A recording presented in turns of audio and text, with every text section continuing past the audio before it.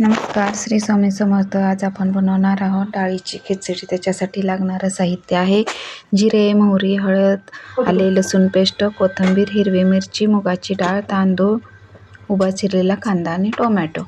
आता आपण कुकरमध्ये फोडणी द्यायची. तेल टाकून त्याच्यामध्ये जिरे, मोहरी, कढीपत्ता, हिरवी मिरची, उभा चिरलेला कांदा टाकायचा आहे. तो चांगला भाजून घ्यायचा आहे तांबूस कलर येईपर्यंत. टोमॅटो पण चांगला भाजून घ्यायचं आहे. त्याच्यात आले लसणाची पेस्ट टाकायची आहे, हळद टाकायचे, एकसारखं भाजून घ्यायचं आहे.